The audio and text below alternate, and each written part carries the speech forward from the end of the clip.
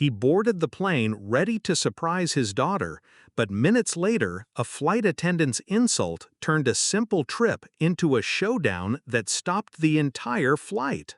What was supposed to be a joyful trip to see his daughter turned into an unforgettable clash at 30,000 feet before the plane even left the runway.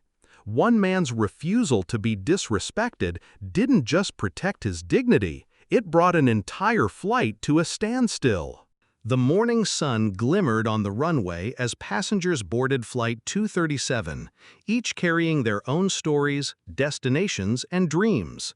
Among them was Anthony Miles, a self-made black CEO known for his sharp business mind and his unwavering commitment to dignity.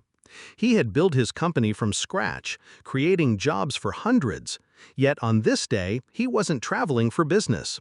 He was heading to surprise his daughter on her graduation day, a moment he'd promised her since she was little. Anthony's seat was in first class, purchased months in advance.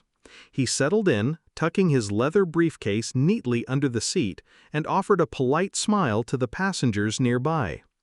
Everything seemed normal until a flight attendant approached, clipboard in hand, her expression stiff.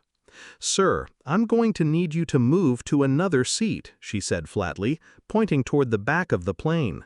Confused, Anthony asked, "Is there a problem with my seat?" Her reply was curt. "We need to accommodate another passenger here. You can take seat 34B. It wasn't just the request, it was the tone. Other passengers in first class glanced over, sensing the tension.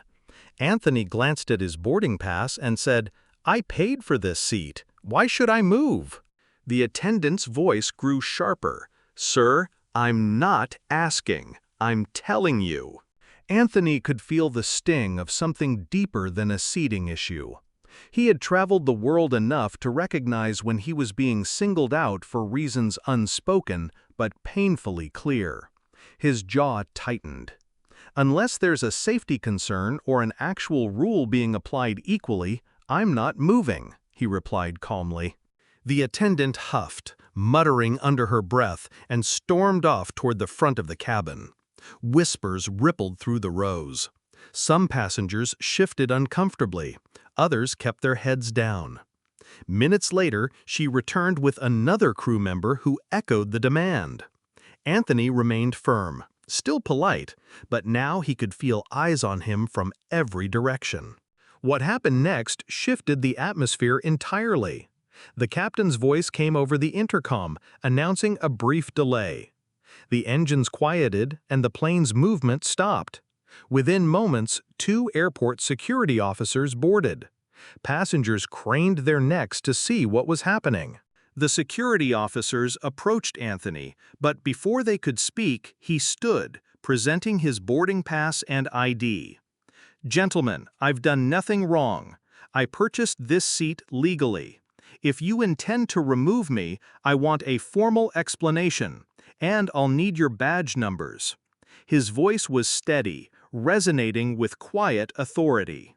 Something about his composure made the officers pause. They stepped aside to confer with the captain. After a tense few minutes, the captain returned to the cabin, his expression tight. "This flight will not be departing until the matter is resolved," he announced. It turned out Anthony wasn't just any passenger. He was a frequent flyer with the airline, holding a top-tier loyalty status, and his legal team was already on the phone with corporate. Word traveled fast up the chain of command. Within half an hour, the airline's operations manager arrived, boarding the plane personally to apologize to Anthony. The attendant who had initiated the confrontation avoided his gaze, suddenly busy with tasks elsewhere. But the damage was done.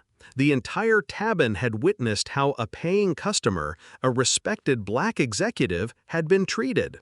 Anthony declined to escalate matters further right there, but he made one thing clear. He would be filing a formal complaint, and he would make sure the airline addressed what had happened. When the plane finally took off, over an hour late, the silence in first class was heavy. Anthony sat back, closed his eyes, and thought about his daughter waiting for him. He had faced bigger battles in life, but each incident like this reminded him why he had built his life around integrity and speaking up. By the time the flight landed, news of the delay and the confrontation had already begun circulating online. Passengers posted videos and accounts praising Anthony for standing his ground. The airline soon faced public scrutiny, and the attendant in question was placed under review. Anthony walked through the airport terminal with his head high, briefcase in hand, ready to see his daughter. The moment she spotted him, she ran into his arms. In that instant, the weight of the flight's events faded into the background. He had made it, and he knew that while he'd faced yet another act of prejudice, he had done so without losing his dignity. And in doing so, he'd sent a message heard far beyond the walls of that airplane. Anthony didn't just make it to his daughter's graduation, he made a statement the whole world could hear. Respect isn't optional, no matter where you sit. And for one airline, the cost of a single insult was far higher than a delayed flight.